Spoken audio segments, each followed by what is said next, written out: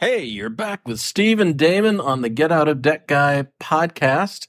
And Damon and I are actually together for once instead of doing this over the internet. We're sitting in a hotel room. And so that's why I might sound a little bit different. But Damon, hello. Hey, Steve. Oh, great. Thanks. What? What? I said, hey, Steve. Way to elaborate. You said hello. I answered the question.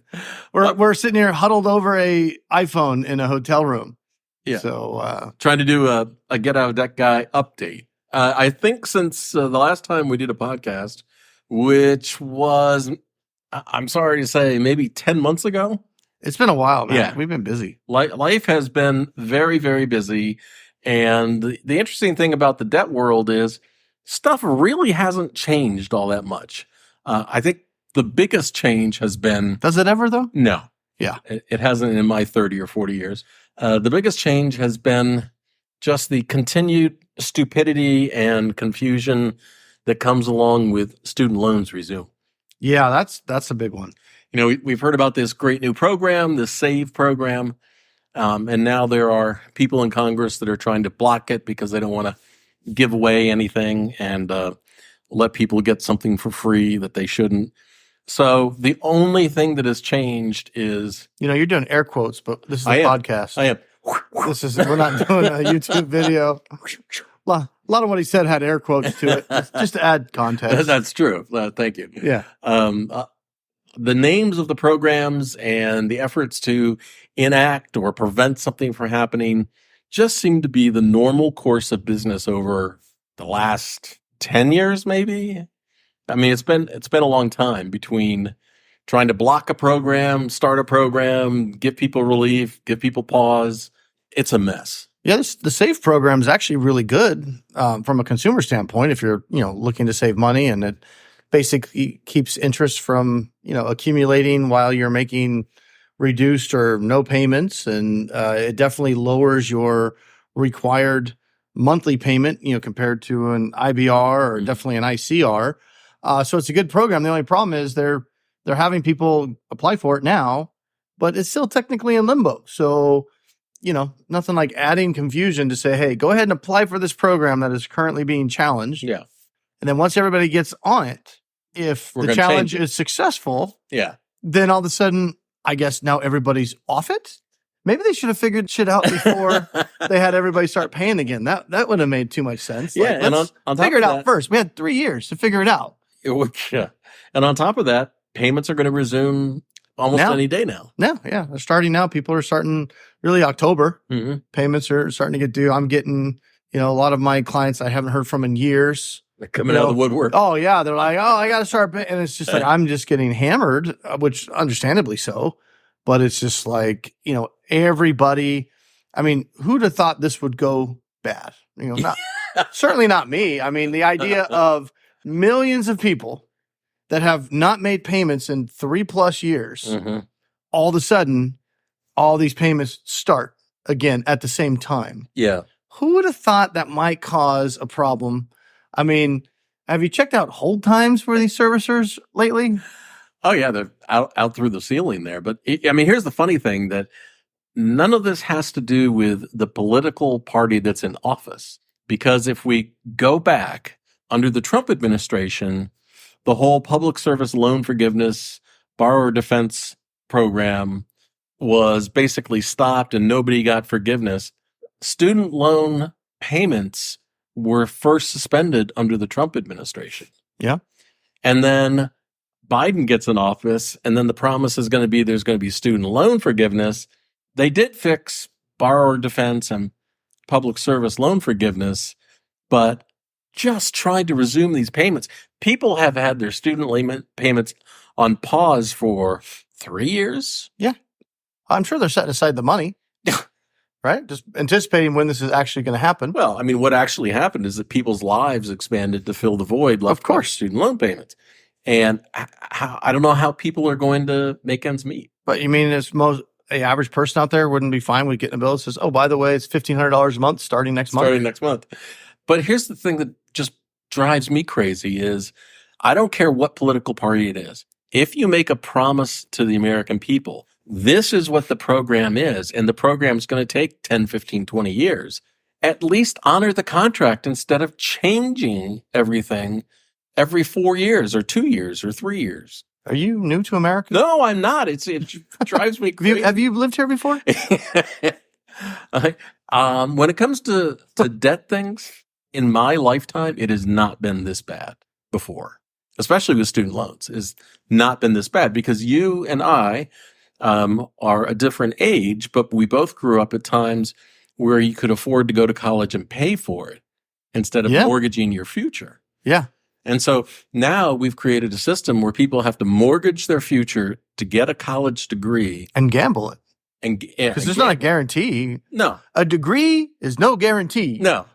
And, the vast majority of people who start college never finish. So they have debt but no degree.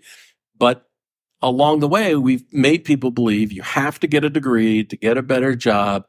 And then we're going to change all the terms for you to repay it. Your life is going to be in turmoil. Congratulations. And not only your life, but your parents' life and your grandparents' life. And your kids' lives. Whoever got talked into co-signing for you because, they want, what parent doesn't want to co-sign? Oh, the kid can't go to college, but if you just sign this piece of paper, your kid can go to college. Or grandma signs it. Yeah. So, it's almost like, I don't want to use the word tricked into signing it, but what parent's going to want to say, are we recording still? Is that what your parent wants to say? Are we recording? Yeah. Are we recording?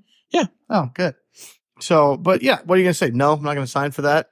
Because you obviously, most people are optimistic. Well, you're going to go to college. You're the first one in our family in 3 generations or whatever. Go to college and you're going to get a great job and no problem. You'll be able to pay this back. So, I as the parent, maybe I can't afford to pay it, but I'm not having to pay it right now. I'm just signing it. Yeah. And nobody's paying it. And then when my son or daughter graduates, they'll get a good job. Pick up the payments. They'll be able to pay it. Absolutely. And none of this will ever break up any families. So it remains the mess of American higher education. I don't know what the solution. I do know that there is not going to be a solution because unless some sort of government entity takes over or allows people to go to school for free or low cost, the schools are incentivized to charge as much as possible, and they will just continue to do so. Well, if you start looking at it, the cost of education started to skyrocket once government got involved. Yeah. And it wanted to make it easier for kids. It may have started as a great idea in a sense of, we want to do good and we want more kids to go to college because that's a good thing. But, every action has reactions. And that reaction, as you said, was colleges went, oh, the government's just throwing money at kids? Yeah, we'll take it. Cool. We have more buildings to build. We need to increase staff pay, and we need to make up more degrees and expand campus. And it's $150,000, but don't worry, you just got to get loans for it. You'll be fine. Well, the Higher Education Act began because the government wanted more people to get higher education, so as a country we could become more competitive in the world. I agree that might have been a noble goal, but they forgot to think it through. Yeah, they never said no for-profit schools. Yeah. And it's, I was like, there's extra money to be had here. Let's go make it. Yeah. In fact, you knew somebody that was running a for-profit school and they were just bringing in money hand over fist, weren't they? Possibly. Yeah, possibly. Allegedly. That's the rumor. The other thing I want to talk about is something that we've been dealing with over the last hour. Somebody was texting you very upset about a letter that they got from, was it you and me, or was it you then me? We get this all the time. So on our website, it's just a little a Facebook plugin. Mm-hmm. It's something we threw up there a couple of years ago, and hey, chat with us. Yeah, it's just a chat plugin. And I think on my website, it's like, hi, I'm Damon, Steve's friend, because a lot of people find my website through Steve's website. But we get questions through the chat, and some of them are good questions, and then a lot of them are just like, what? Yeah. So this one we just got, it was some gentleman, I think he said he reported us to the Postmaster General. For the mailer that we sent him, and we will not stop sending him, and he wants to be off our list. You and I have never sent a mailer. Never. But we don't have a mailer. No. But the point is that you have to be responsible for yourself. I don't care if you're coming to getoutofdebt.org or you're going to Damon's site, damonday.com, and you're reading information ultimately you have to be an educated consumer and protect yourself and know, who am I dealing with? Who am I giving information to? This particular gentleman, I like to say, yelling at us about this is like yelling at Ronald McDonald for a bad Happy Meal. Well, no, it's worse than that, because we had nothing to do with at least Ronald McDonald's employed by the damn corporation that he's mad at. I mean, on the daily, I get people that like go to the getoutofdebt.org site or my site, and for whatever they're with some company they don't like, and maybe Steve has an article about and they're just like, you took $300 from me yesterday. Stop it. And I'm like, what? What? Who are you? What are you talking about? And it's, they have no clue that we don't have anything to do with XYZ debt relief company, but maybe Steve wrote an article about that company 5 years ago. And what alarms me is that they think that some person totally unrelated, they don't understand exactly who they contracted with or who they're dealing with. Yeah, and they just see this chat box and they think we're like customer support for, whatever XYZ company. I don't need to name names, but it doesn't matter. But it's like, how did you even get our name? Well, I did a Google search and it led me to you. And I was like, well, did you read the article that, you pulled up when you did the Google search? And we even had people that were like, they thought we were customer service and they're like, why are you like saying this company is probably not a good idea? That's the worst sales pitch I ever heard. Because I don't work for that company. And it's just like, we get that all the time where it's like, how are they going to your website and reading the stuff that you say and then thinking that responding in this random chat box on your website is going to reach whoever sent some sales letter to them and he sent me a copy of I asked the guy that we were doing, I'm like, send me a copy of the letter. There's no information at all on that letter that has my name, your name. It's a typical scuzzy. I think it's one of those debt negotiation department. Yeah, they make it look like, oh, if you don't respond now, we've got deals with Discover and Bank of America. Yeah. No, they don't. And you have to respond today or you're going to miss out. That kind of bullshit. Right. But it has nothing to do with us. He's like, I did a Google search and this website came up. So clearly you're sending me these mail. And his whole beef was he wanted them to stop and we needed to stop sending them to him. Right. And I told him how many times that we didn't send it. Yeah, we don't send mail. He goes, but they keep coming. And I'm sorry. According to him, he reported us to the Postmaster General. Oh, good. Because we keep sending him letters. I hope he sends that letter to him. And if we don't stop, he's going to get a lawyer and he's going to come after us for these letters. Not sending him a letter. For these letters that we don't send. So at that point, I stopped responding. I was like, okay, that's fine. But over the years, there have been many times where people have been outraged and upset, not really knowing who they contracted with or who they've been giving their money to. You have an ultimate responsibility to watch out for yourself because in these modern times, nobody else is going to watch out for you but you. Yeah. And a lot of people think, well, the government will protect me or they'll shut down this company if it's a scam. No, by the time the government figures it out or enough people complain and the FTC gets involved or whoever gets involved and maybe ultimately goes after them and shuts them down. We talk about that all the time, right? You read an article and, that big scam company, guy made millions and millions of dollars, ripped people off, right? Mm-hmm. And what happened to him? Oh, he shut down, paid a little fine and went away.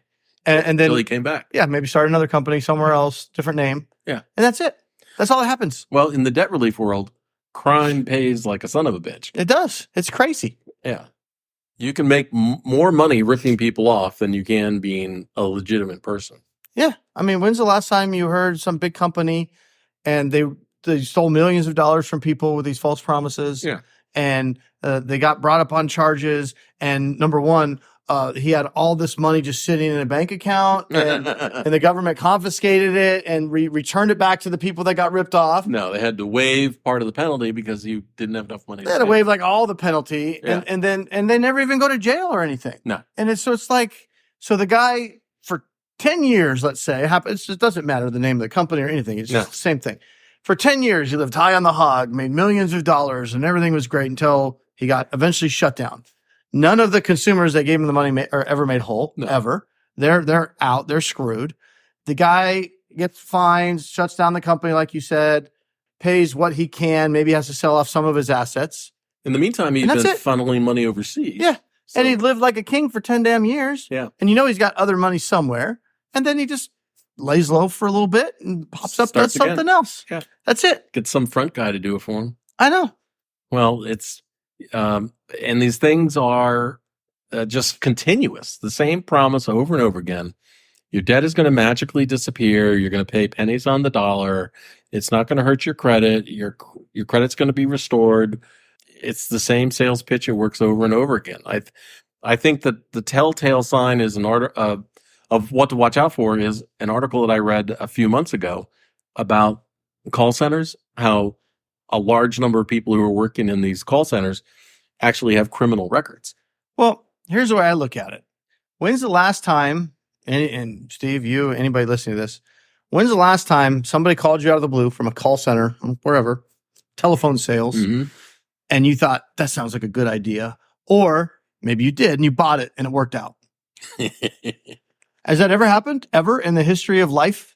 Oh, I got scammed early in my marriage with an encyclopedia deal. No. I'm talking about like now? When is there ever a situation where somebody calls you randomly and you go, oh, this is going to be the bee's knees here. Whatever this guy is selling me. Oh, this is the short. I got to have this. Right. Never. Right. Never. It's never like one example. Give me one example of, I was sitting at home watching TV one day and my phone rang. Yeah.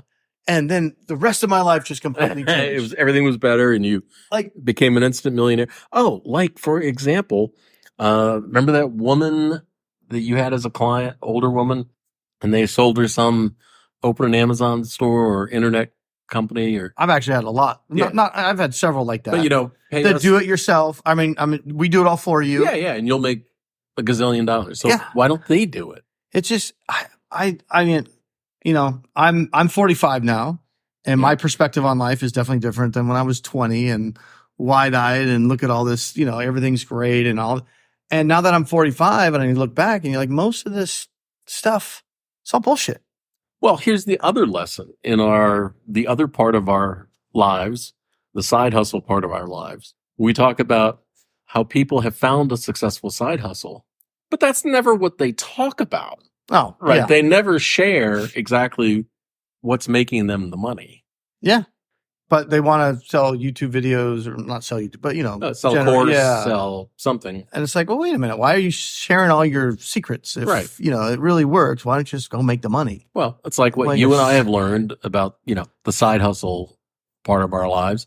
We don't tell anybody. I know. And we find the good stuff. It's like, well, not that we were hoarding it on purpose, but then it's like, it doesn't make logical business sense. If we find something that's working really well and sharing that information would essentially create competitors to us, it doesn't make logical sense that we'd then get on a YouTube video and be like, here's exactly what we're doing, step by step. For $5.99, I'm going to tell you exactly what you need to do to beat me at the game I just figured out. I'm going to ruin my business. Yeah, for $599. Selling you a course. Call today, right? So obviously, if they're out there selling the course, they're probably making more money selling the course than they are actually doing this awesome thing. Now, maybe there's some exceptions to that. But other than Tony Robbins, who sells kind of like it's an intangible thing, it's not like confidence and self-help. And so that. But other than Tony Robbins, what late night infomercial guy or guru has been around for any length of time where they come, pop up, and then they go away. Sometimes to jail, sometimes fade off into the, you know what I mean? Yeah. Like other than Tony Robbins, who's this is the first time in years I've actually watched broadcast TV. I was mentioning that to you, and the late night stuff is no more like business opportunity stuff, at least here in where we are. It's either religious programming, buy something, or addiction treatment program. Well, we're in Texas this weekend, so maybe it's Texas oriented. Maybe it's Texas, but I mean, it's just like all that stuff. It comes and it goes, and where's the guy who does the tax lien sales and the no money down? Haven't seen him in a while, and that stuff's still there. Yeah, it's just different younger guys. Yeah, like they picked up the mantle and they've moved over to Facebook and shit. I like how they stopped doing it for a few years and then it comes back like this is brand new. Yeah, like I just figured out the secret. I'm like, because I save everything, as you know. Oh, yeah. Like I've got Carlton Sheets, no money down tapes from the 80s that my mom gave me when I was a Was kid. it Robert Allen? Yeah. Robert Allen did No some Money stuff Down? too. Yeah. But it's like, these young guys will find some of this stuff and they'll just like rehash it and digitize it, take it off the tapes, you know? I mean, like, we got this new program. I'm going to teach you how to be an instant millionaire. No money down, no credit, no money, no problem. All the things that I went to when I was younger, you know, I went to meetings, people telling me, dude, I was there more than at church. Yeah. I mean, that was my church. Like, show me how to do the tiny ads in my tiny apartment and just do these classified ads and get people to send money to my mailbox. And the sad thing about it is almost none of it was true. Almost? None of it was true. I mean, there's nuggets of truth in there. Well, the Amway dishwashing soap is actually pretty decent, but I mean, as far as they had good toilet paper, Amway, yeah, better than stuff here, yeah. But I digress. Yeah, but none of the business opportunities. I don't know anyone who ever really made out in a business opportunity who wasn't promoting the business opportunity. Yeah. How did we get all the way into that from the debt stuff? Bottom line is, if somebody calls you on the phone or sends you a letter, just hang the F up. Yeah. It's not going to work out well. Never does. If you get a letter that promises you some miracle way for your credit card debt to disappear or eliminate your debt, throw it away. And if it looks like it's from the government, for heaven's sakes, it's not. It's not from the damn government. Yeah. Biden doesn't have a program. Obama didn't have a program. Trump didn't have a program. Anything that says the Biden program, throw it the hell away. Now, remember, there was all these ads about the Obama student loan program. And then when he was out of office, they all changed to the Trump student loan program. Yeah, and then the Biden student loan program. And none of it existed. It was all lies. All lies. Yeah, there was no student loan program. Yeah. So anyway, I think the point is what? Don't believe anything. Be an educated consumer. Be an educated consumer. Do not get on our website chat and say, stop sending me these debt relief letters. Do not get on our website chat and say, stop, charging me $300 every single month for whatever the heck, credit repair or something that you signed up for. Speaking of credit repair, another big change since we last did a podcast was a ruling confirming that you cannot pay for credit repair until the service has been delivered, and then the company has to wait 6 months before they can bill you for it. So if anybody is charging you in advance for credit repair, that's all credit repair. But that rule, they said that years ago. Yeah, but people just kept doing it. But I mean, I look at both sides because credit repair it's no magic to it. No, it's just all you're basically doing, and some do it a little bit better than others, but you're just disputing things. Yeah, you're supposed to dispute things that are wrong, and you can do that yourself. Yeah, you're just disputing different things. And, so are there companies out there that will send those dispute letters for you? Yes. Are there companies out there that maybe go a little bit more above that? Yeah, I know a couple of them. But at the end of the day, you're just trying to get things taken off your credit report that, for the most part, are probably true. Yeah, yeah. I mean, let's just be honest about it. And may just come right back. Yeah. Most of the stuff that people want to get off their credit report so they can have a better credit score are actually freaking true. Right. They just don't want them on there. 95% of the complaints that I've heard have been true stuff they don't want on there. Yeah. There's a small percentage in my entire life of people who have had actual identity theft, that wasn't there. It happens. It happens. Yeah. But there's actually a website, identitytheft.gov. You can go and step by step tells you what to do. Step by step. Very good. Ooh, baby. But as far as regular credit repair goes, it's so basic, right? Just take care of your old stuff, start paying stuff on time. Yeah. So, and sometimes you just got to be like, yeah, I effed up. Yeah. Yeah. There's no way to fix it immediately. Yeah. But do better moving forward. And in a year or two, things will be fine. Right. Sometimes there's not, I have to get a mortgage next month. Yeah. Well, You're not going to get a mortgage next month. So, but I have to. Okay. Well, good luck with that. Yeah. I mean, the reason for the credit report is so a lender can make an educated decision about whether or not they want to loan you. An automated educated decision. Yeah. And if it was easy to just wipe out all the negative stuff so the lender wouldn't know about it, yeah, why have the credit report in the first place? All right, Damon, is there anything else after our big break, we should cover right now? Or we're going to try to do better? Yeah, we are going to try to do better, much like our advice for credit reports. We're going to try to do better moving forward. Yeah. And we try to do these a little bit more regular because I was like, we just got done with Olive Garden after the meeting that we were at. We came back and like, let's do a podcast. I was half asleep on Steve's couch. And he's like, what'd you say? Pull your nose hair, wake up, let's do a podcast. Yeah. That's how prepared we were for this. But it's like, we got to get something out there. So, well, here's the difficult thing is it's difficult for us to keep rehashing the same thing over and over again. Yeah, nothing really changes that much in the debt space. I mean, we've been doing our penny stupid thing, which is for those of you that don't know, we've been doing side hustles for the last year as kind of a continuation of the debt stuff, just to get us out of our boredom of debt stuff. Well, and also the side hustle started because one way to get out of debt is to reduce your expenses. The other way is to make more money. Yeah. So we thought, what are easy things that people could do to start making extra money? And so we started testing them. Yeah. So that's what we're doing over at pennystupid.com. We got a website and podcast over there and YouTube channel. So you can go over there and check it out. But yeah, I've been driving Uber and Lyft and Walmart DoorDash. Spark, doing DoorDash. I've been trying all these different little app things. Steve's been doing Amazon FBA. Yeah. And that's what's been taking up most of his time because he turned a side hustle into a full-time hustle. And then just was like, where'd Steve go? Yeah. He's doing a side hustle like full time. So, but you've been enjoying it, right? I mean, I did the debt stuff for 30 plus years. And then one day I just woke up and went, yeah, like this is kind of fun. So anyway, we have fun with the penny stupid stuff. And if you're in debt and you're, kind of in a rut and you're looking for ways to try to make some extra money, that's what we do. We try stuff and put it out there, and we're pretty damn honest about it too. If we don't make any money, I'll be like, this sucks. In fact, right after we end this, the next podcast we're going to do is a penny stupid update. And it'll be a penny stupid update because we haven't done one of those in a while either. No. Because we've been busy. Nice Sunday. I know. All right. Well, let's peace out right now, and we'll be back with another podcast soon.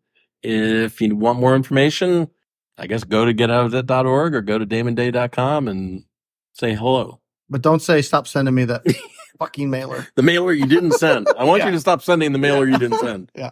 All right. Peace. Peace.